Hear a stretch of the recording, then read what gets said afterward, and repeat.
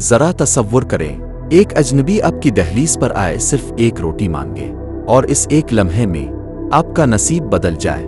یہ کہانی ہے ایک ایسی ہی بستی کی جو بظاہر چھوٹی تھی لیکن دلوں کی وسعت میں شہر سے کہیں بڑی، جہاں نہ کوئی اسپتال تھا نہ اسکول، مگر ہر گھر میں شکر تھا اور ہر دل میں سادگی۔ یہ وہ دن تھا جب دوپہر کی تیز دھوپ میں ایک اجنبی بستی میں داخل ہوا۔ نہ وہ اونچا لباس پہنے تھا، نہ اس کے ساتھ کوئی قافلہ تھا۔ چہرے پر تھکن، پاؤں میں چھالے، آنکھوں میں خوف، مگر دل میں ایک امید باقی تھی۔ اس نے مسجد کے سائے میں بیٹھ کر بس اتنا کہا، کیا تھوڑا پانی مل سکتا ہے؟ بہت بھوک لگی ہے۔ یہ کون ہے؟ کیوں آیا ہے؟ کہیں خطرہ تو نہیں؟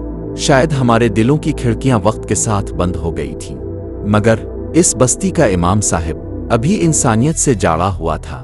امام صاحب آگے بڑھے، اپنی چادر زمین پر بچھائی اور اجنبی کو پانی کا پیالہ دیا۔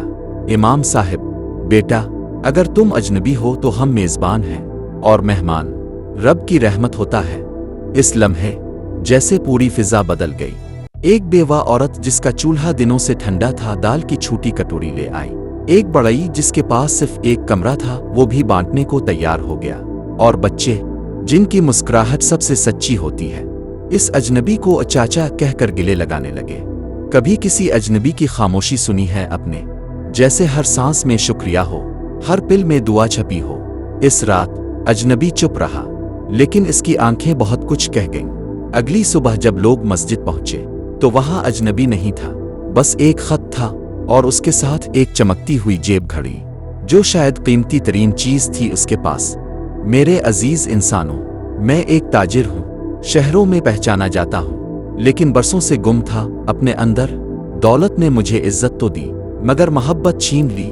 میں برسوں سے انسان تلاش کر رہا تھا جن کے دل ابھی نرم ہوں، جن کی زبان پر دعائیں ہوں اور آنکھوں میں روشنی۔ تم وہ لوگ ہو جنہوں نے مجھے انسانیت لوٹائی۔ میں واپس آؤں گا، ایک اسکول، ایک دواخانہ، اور وہ سب لے کر جس کے تم حقدار ہو، کیونکہ تم نے بغیر جان پہچان کے مجھے اپنایا۔ شاید اللہ نے تمہیں میری آزمائش بنایا اور تم کامیاب ہوئے۔ چند ہی مہینوں میں بستی کا منظر بدل گیا۔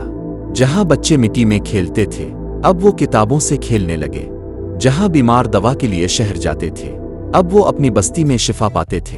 لیکن اصل تبدیلی دلوں میں آئی۔ اب وہاں ہر اجنبی کو سلام ملتا تھا، شک نہیں، ہر بھوکے کو نوالا ملتا تھا، سوال نہیں۔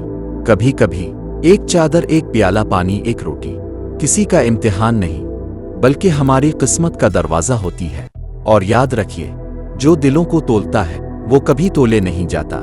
اگر یہ کہانی آپ کے دل کو چھو گئی ہو تو بس اسے دل تک پہنچا دیجیے، شیئر کیجیے، دعا دیجیے، اور یاد رکھیے، مہمان رب کی رحمت ہوتا ہے۔